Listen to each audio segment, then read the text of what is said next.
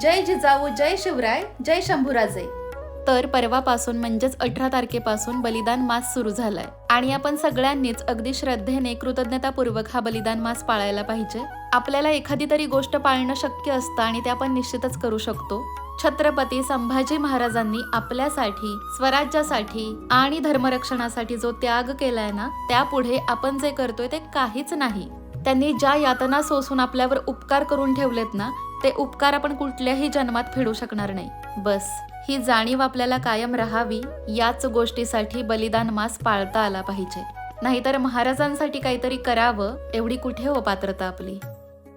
श्री शंभो शिवजातस्य श्री शंभो शिवजातस्य मुद्रा देवरीव राजते मुद्रा देवरीव राजते यदन्तस्य विनोलेखा यदन्तस्य विनोलेखा वर्तते कस्य नोपरि वर्तते कस्य नोपरि मृत्यूसहि न डरले मनी धर्मवीर मृत्युसहि न डरले मनी धर्मवीर फुटले स्वनेत्र तुटले जरी जीभ शिर फुटले स्वनेत्र तुटले जीभ शिर द्वरदांत दाहक ज्वलंत समाज व्हावा वरदांत दाहक ज्वलंत समाज व्हावा म्हणून उरात धरूया शिवसिंह छावा म्हणून उरात धरूया शिवसिंह छावा छत्रपती श्री शिवाजी महाराज